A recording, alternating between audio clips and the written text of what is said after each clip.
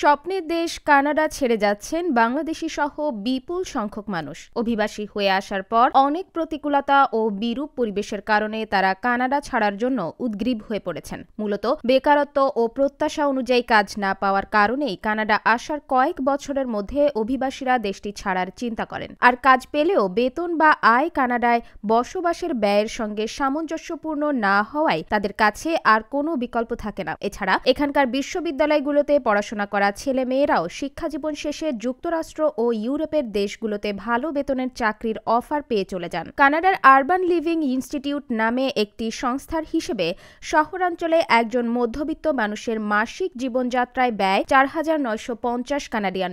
এটা নতুন কানাডায় আসাদের জন্য অনেক বেশি। বাড়ির দামও গত 2 বছরে বেড়েছে প্রায় দ্বিগুণ। টরন্টোতে 2 বছর আগে যে বাড়ির দাম ছিল 4 লাখ, এখন সেটা 7 থেকে 7.5 লাখ, এমনকি 8 লাখ কানাডিয়ান ডলার। এছাড়া যত সংখ্যায় ইমিগ্রেন্ট আসছেন তত সংখ্যায় বাড়ি ভাড়া পাওয়া যাচ্ছে না। যে বাড়িতে আগে 4 থেকে 5টি পরিবার থাকতো সেখানে এখন 8 থেকে 9টি পরিবার থাকে। কানাডায় গৃহহীন মানুষের সংখ্যাও দ্রুত বাড়ছে। সঠিক পরিসংখ্যান পাওয়া না গেলেও টরন্টোর ডাউনটাউনে গৃহহীন মানুষের বিশাল জটলাই বলে দেয় এটা কতটা আশঙ্কাজনক। এছাড়া প্রচন্ড ঠান্ডাও সহ্য করতে পারে না গরম দেশ থেকে আসা মানুষেরা। এখানকার তাপমাত্রা মাঝে মাঝে -30 ডিগ্রি সেলসিয়াসের মতো নেমে যায়। আরও রয়েছে শারীরিক সমস্যা বা অসুস্থতায় ডাক্তারের অ্যাপয়েন্টমেন্ট না পাওয়া। কারণ সাধারণ অসুখ বিসুখে অভিবাসীরা ডাক্তার দেখানোর সুযোগ পান না বললেই চলে। অনেক সময় সিরিয়াল পেতে 2 মাসও পেরিয়ে যায়। কানাডা সরকারের অভিবাসী সংস্থার হিসেবে 2022 সালে কানাডা ছেড়েছে